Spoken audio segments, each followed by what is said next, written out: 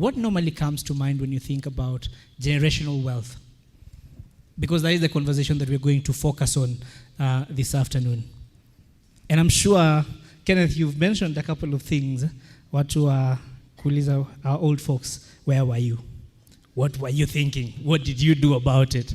And so to avoid being that person, we want to help you understand what you can do now to be able to avoid getting those questions in another 10 years, in another 20 years from now. And I'll start with you, Ken.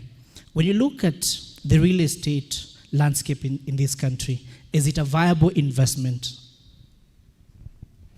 Thank you. So generational wealth to me is, what is passed down to you by your parents or your friends if possible.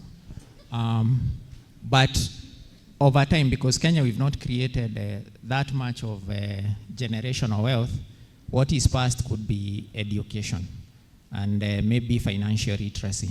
But as we carry on, we are acquiring assets. And people will be able to pass over shares, homes, land, insurance policy, life insurance policy, and the rest. Housing is a basic need. Actually, we spend 90% of our time in a real estate setup. You're either in a hotel like this, in the gym. If you work hard, you're having a good time in a social setup in the office or you're at home. If you live in a nice house, you spend 10 to 12 hours in that neighborhood. If it's a neighborhood, you're waiting to upgrade maybe 5. But the population is growing, and like Nairobi now, I saw the census in 2019, we were 4.8 million people. The projection in 2030 will be 8 million people. These people need to be housed one way or another. Unless the world discovers another way to house human beings, housing will always have demand until such a day. 2, 9, actually in that same census, it says 9 in every 10 Nairobi residents are tenants, and there are 1.4 million households. By 2030, we'll have 2 million households. Now I think we are at 1.5, so there will be 500,000 more houses built. If you have a nice house, the probability of having a tenant is very high, and the population will double into the future. So real estate will always give you sustainable, passive income, however you do it, whether you build, whether you inherit, or whether you acquire it. All right, thank you very much, Ken. And of course, Isaac, when you look at the mortgage markets here in the country, like Ken says, real estate is always the demand for houses is always going to be there, but the demand for mortgages in the Kenyan setup has been quite low. How do we then reconcile these two? On one hand, we have the need for houses. On the other hand, the demand for mortgages is not an option that a lot of investors are willing to take up. Wow, thank you so much. And first, I work for a bank that we believe that your story matters. And part of that story is owning a home, creating wealth out of it. So we've seen a growth in the mortgage numbers.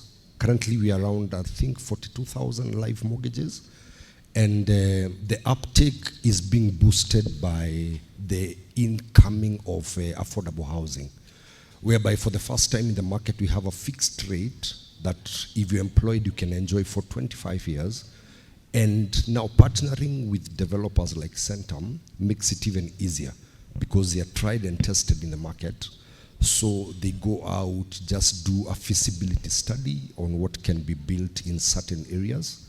Then once that is done and that point is ticked, as ABSA we come in. Now we pre-analyze this customer. We are able to just look down and see how much can we help you own this house at this fixed rate, 9.5.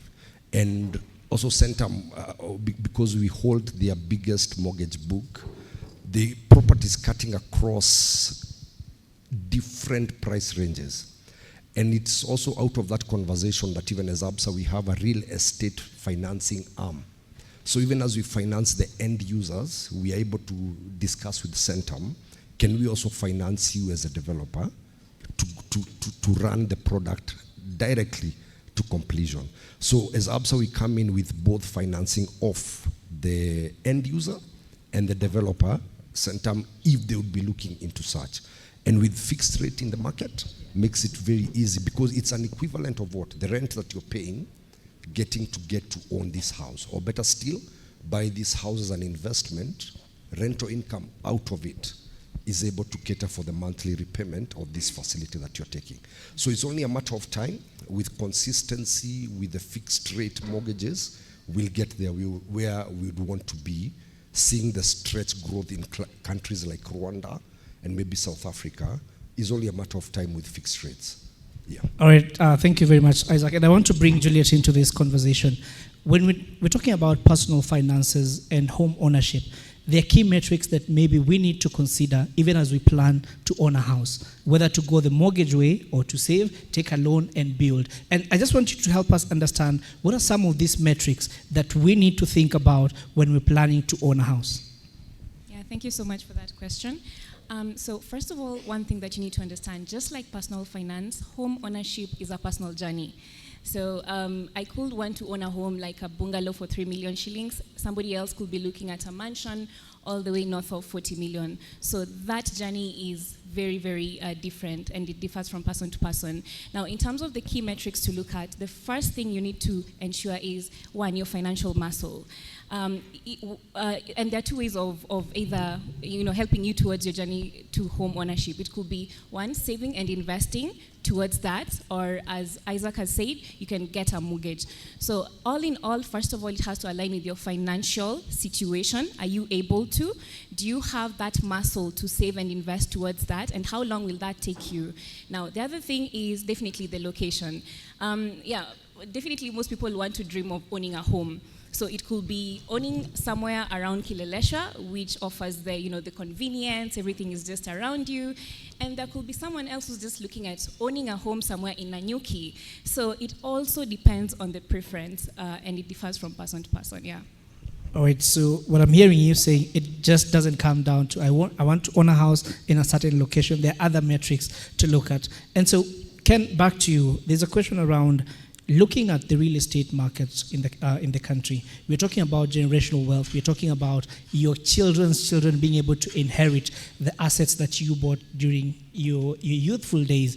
But at the same time, we have seen a lot of court cases. We have seen a lot of litigation, particularly when it comes to property. So as an investor, how do I then make sure that I set up proper guidelines that even after I'm gone, the property that I worked so hard to acquire is still within the family and it's not the cause of our conflicts? Thank you. So in the process of looking for money, appearing in court is a normal process, but for real estate and for it to create for you generational wealth, let's assume I have a block of apartments, and in the course of my lifetime, I get the rent, and because you don't know when you leave, you're called back home anytime, and people are left in chaos. But you can plan for it well in advance. You do an estate plan, you educate your family or your beneficiaries on first the financial literacy of why these assets need to be maintained for the long term, because a building life cycle would be 100 years. So this house will be there forever. You also train them on maintenance and reinvesting back in it, and maintaining, if it's on rent, maintaining the rental relations with the tenants there. Then you also educate them on the skills that are required to continuously grow this wealth. Then way in advance, you let them know what will happen in the case that I'm not here. How will this asset maintain you over the long term? If those things are set up way in advance, then the likelihood of having litigation and such issues is minimized. I think I've seen the banks here, ICA, provide those services.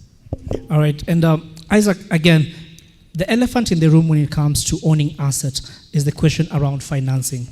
And I just want to understand now, assuming someone has worked hard and I've gotten this plot of land or this piece of land that I want to develop, but again, knowing how capital intensive the real estate sector is, I don't have that capital.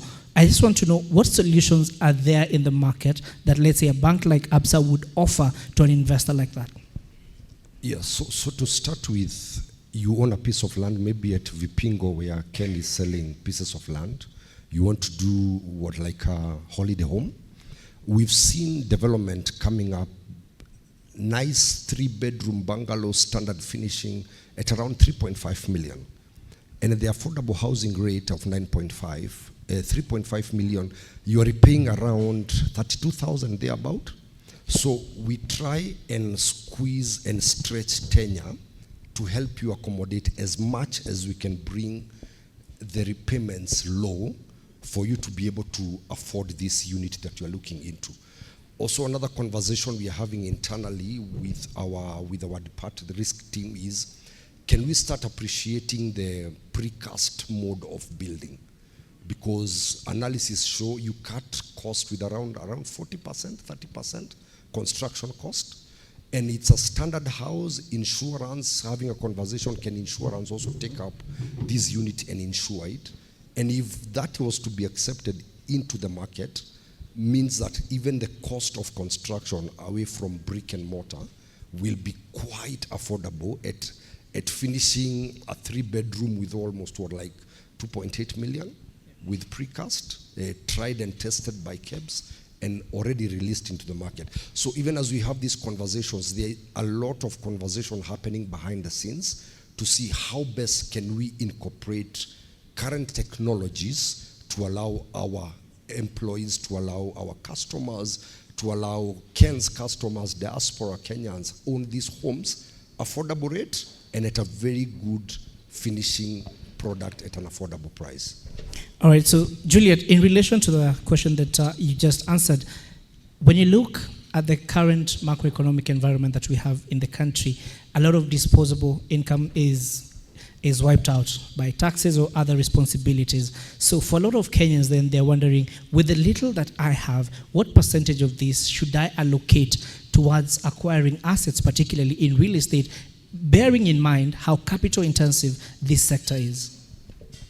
Yeah, thank you for that question. So again, it all boils down to your financial goal, and at the end of the day, your financial muscle. Now, in budgeting, we say there's the 50-30-20 rule, whereby the 20% is supposed to be allocated towards saving and investing. Now, but that also depends on the income that is coming in every single month. How I like to approach like goals, long-term goals, especially when it comes to home ownership, is after you factored in everything else, like the location, the kind of a house that you want and everything else, you definitely have an amount that you're looking at, and you've already done your due diligence on the kind of house that you want to build. So let's just give a rough figure of maybe 15 million, right? And you're looking at this as achieving that in the next 8 years. Now you start working backwards and you ask yourself, how am I going to get to that 15 million that I want to have so that I can achieve the home ownership? Now there are two ways. The beauty about our country right now is that there are a lot of financial solutions that can enable you get to that, or rather achieve that dream. One of it is if you're choosing to go through the saving and investing way. I mean, there are money market funds, someone had mentioned about fixed income funds, there are equity funds, and all those other things. When it comes to mortgaging, as Isaac is saying, or rather alluding to, you have to look at how much will be my take home. And at the end of the day, remember, you need to survive. So you also need to ensure that whatever you're paying towards mortgage, it doesn't strain you financially, such that as much as you're looking at that big goal, you don't end up asking people for money for you to achieve that. So you really have to sit down, budget. It all boils down to simple things like budgeting, tracking your expenses for you to achieve that. Yeah. All right, thank you. Of course, I just want to remind you that in case you have any questions pertaining to this topic, you can go ahead and send them on that Slido platform. We'll be sampling some of them as we go along. So Ken, again, just looking at some of the projects that you are doing and the role of partnership, particularly with financial institutions, do you think there's room for more partnership like that to be enhanced or to be pursued by investors who are still struggling to raise capital? And also, when you look at the terms of some of these agreements, is it the longer the better, or is it be done with the bank as soon as you can and start enjoying your profits? Thank you. So we look at real estate from a different perspective, particularly home ownership. I think it's the only product that you can buy and pay over 25 years. There's nothing else you buy and get such extended period of time to pay. And within Kenya, from the census data I'd seen, we have close to 16 million homes. From the data on mortgages, there are 30,000 homes. There are 30,000 mortgages against 16 million homes that have been built in Kenya. So mortgage is not one of the ways people fund their houses. But what's happening is real estate, if you look at your portfolio, and I'm assuming most of us here are savvy investors, you have some allocation in treasury bonds, you have money market, you have other financial instruments, you even have cash, and you've said I need to own real estate for the long-term nature of it, where in 25 years I'll have paid it off faster, it will have appreciated in value, it will have appreciated in the rental income stream that is coming. And banks today are funding 105 mortgage financing for properties that are below 10 million shillings through Kenya Mortgage Refinance. So it actually costs you nothing. You just need to identify a nice location. You go sign letter of offer, you walk to a bank. If they don't finance, then it's fine, but it costs you nothing upfront. If it's above that, you're just required to pay 10% deposit, and then they can finance and you pay over time. So the upfront investment, the figure is big, but the reality of financing it is not as complex, and it can be affordable. This can be deepened further through SACCOs and through other means that Kenyans have used to finance their houses, because the mortgages are even far less than the total number of houses in Nairobi in totality.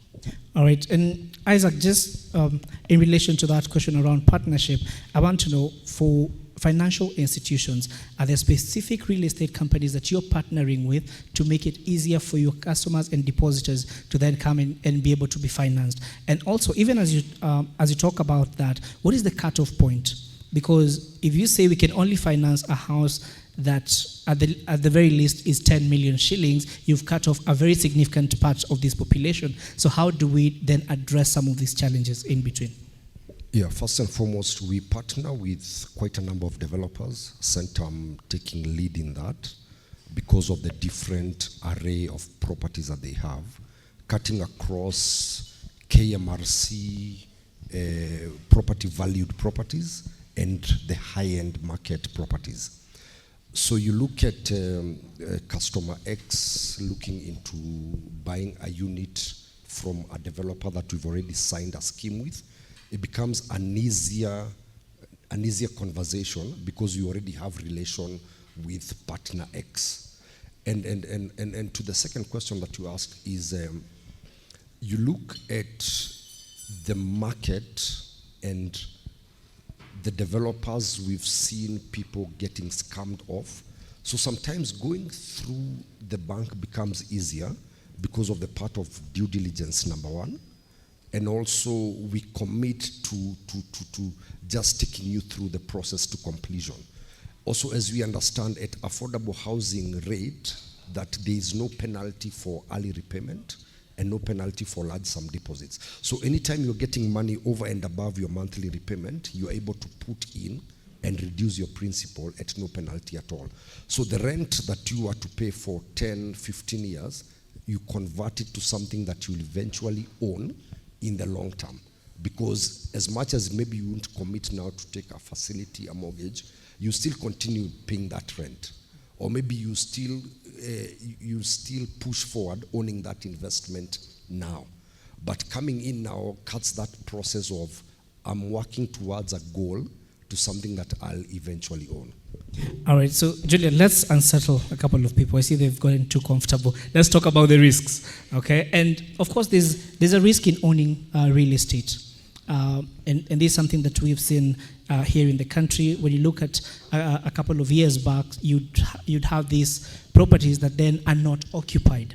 So a question that as an investor I might be thinking is, should I invest in real estate, or should I just invest in real estate investment trust and be assured that at the end of a certain quarter, I'll be getting X amount coming into my account? No, that's a very good question. So one thing, all investments carry risk, right? When you talk about money market funds, bills, bonds, all those investments carry risk. Now, the key thing here is diversification. When you're investing in real estate, you are investing in real assets, right? But when you invest like in the other assets like money market funds, treasury bills, and bonds, those are financial assets. So there's an aspect of diversifying there. And I think COVID, being a black swan event, really taught us a lot, right? For those who had a huge part of their portfolio in stocks, they kind of suffered a lot because of what happened during COVID. But also those people who still had, invested in real estate, it was still good. So there's also an aspect of balancing that risk, having a portion in, real estate and also investing in financial assets. I don't know if I've answered your question.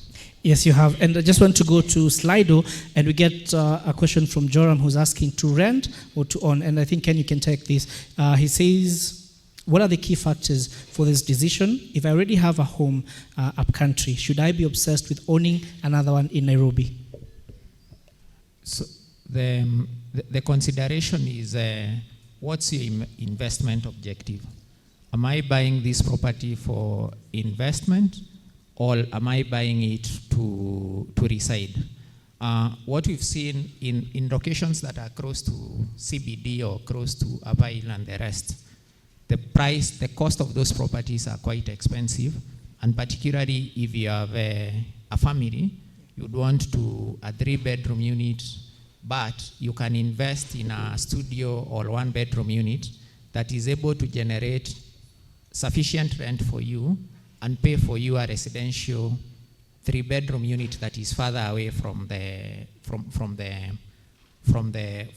your place of work. So there are considerations that are personal to you, but I think I would start with the investment bit first, and then subsequently invest now in a home that I can live in. But I would start with the investment first. Now there's rent. Okay, there's another question here, and I think Isaac, you'd be best placed to answer this. And he's asking, compared to other financial assets, how is real estate doing in terms of return on investment? Yes, so before I go to that, briefly, so the affordable housing proposition, the loan amount is up to 10.5 million, house value up to 20 million, and now the rate 9.5 fixed for employed 25 years, in business 15 years. So anyone that falls over now the 20 million, we have a conversation on the market rate offering. So we've seen basically on real estate, a block of apartment around 4.8 to around 7.7% return on investment, and then they now came in Airbnb. So Airbnb is giving you around 14% return. So even as you build the block of apartments, even as we finance you as ABSA to do this, there is that conversation. Do we flip this as you build the 1-bedrooms of maybe studios, flip to Airbnb for some time? Then over and above, maybe when the market becomes saturated with Airbnbs, can we bring back and now start renting them out, maybe for 10, 15,000? So either way, you have to look at it, whether you have a house either on rent or income monthly or Airbnb, there is return on investment. However much long it will take, maybe to recoup your investment, there is return cutting across a rental income, maybe 4.8 to around 7.7, and Airbnb turning around 14%. All right, so Julia, there's a question around, as a single person, should I invest in renting a house, or should I invest in owning a house? And I think that aspect of singlehood is in as far as my responsibilities go. I don't have too much responsibilities, so should I invest to own or should I invest in a rental property? Okay, so one thing that I also need to clarify here, when it comes to home ownership or investing to either rent or own, there are two things that come at play here. So there's been always like an argument, should I, instead of me building, or rather, building, should I just rent and then invest in treasury bonds, and then with that money I can be able to, like there'll be income coming here. Now, there are two things. We have financial value that you derive out of the real estate, and that is through like rental income, and there's also the sentimental value, right? So there's someone else who could just, who wants to own a home, and not necessarily for the financial value of it, but just because having the home brings a lot of stability and security that comes with that. So that is enough for them. So that being said, as a single person, you really need to clearly define your goals. Like in the next 5 years, you'd have a family, right? It means if you choose to maybe own a, 2-bedroom apartment, maybe in Kilelesha or whatever, and then you decide along the way, year 3, you want to, add your family, will that be a good decision to make? So what I'm just trying to say here is you need to have a bigger picture. And also you need to consider a lot of things before settling down and say, you know what, I'm going to buy the home tomorrow. So it's not just like a decision that comes with a snap of a finger. You really need to sit down, take time, and make the right decision. Yeah. All right, so Ken, when you compare the following 3 categories in real estate, we have residential, we have commercial, and industrial. In as far as returns go, where should I be thinking as an investor? Which sector should I be thinking of putting my money in? Thank you. So the sectors that have a higher return is commercial and industrial, but the investment outlook is much higher. To do an office block or a small retail center, all warehouses is much more expensive. For a retail investor, residential is what has a easier entry point and that has more easier financing option. Like Isaac has said, KMLC package is 9.5 fixed for 20 or 15 years, while the commercial mortgage rate is now at 18%. If you are to finance commercial and industrial, then they will want you to have a bigger, either balance sheet or a bigger source of cash. So you can start from residential, and I can give a case study. You can buy a residential house that appreciates in value, like what I've seen at Two Rivers. People bought houses for 33 million, now they are selling at 55. You can walk into a bank and do equity release. 80% of 50 million, that would be 40 million, while you spend 33.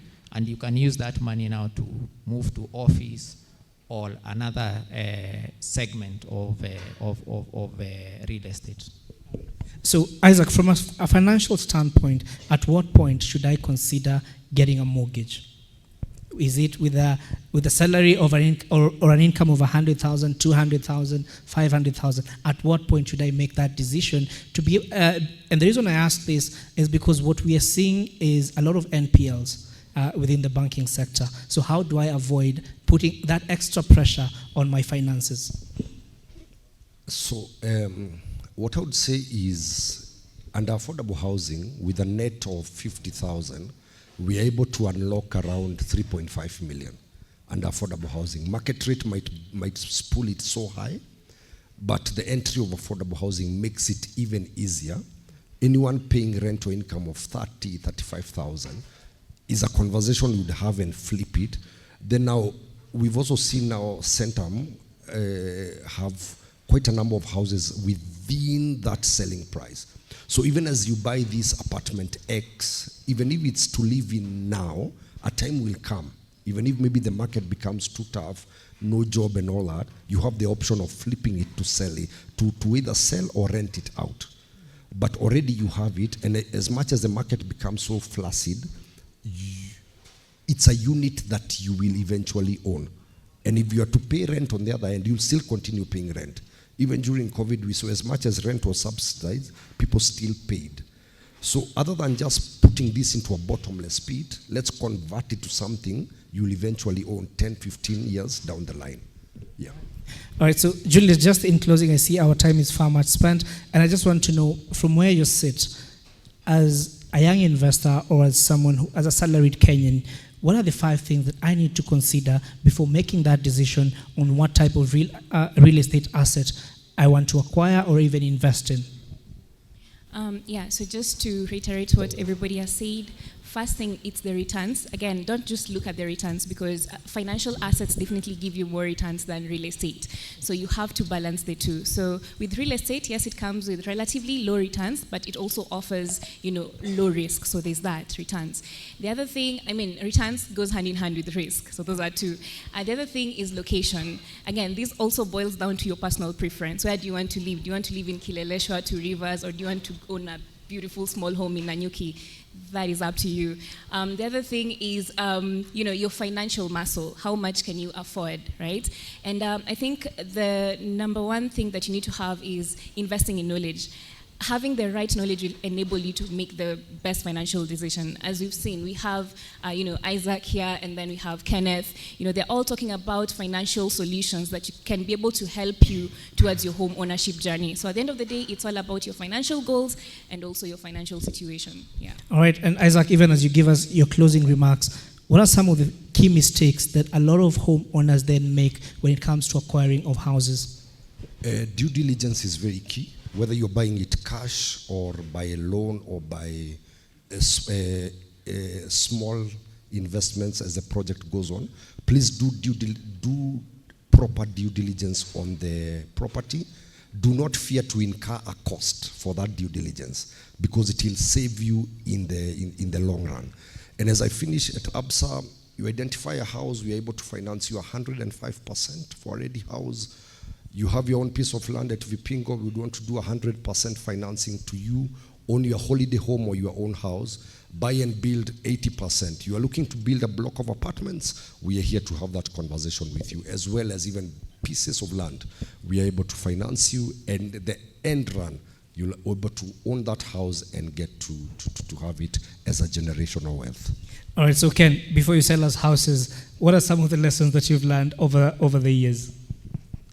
Thank you. This watch here is reminds me about school, when you're doing exam, start, finish, and time is up, and you've disagreed with the examiner on most of the things. So if I have not covered in the period I spoke, we can carry on with that conversation at our tent over there. I don't think I have any additional answer. Time is up.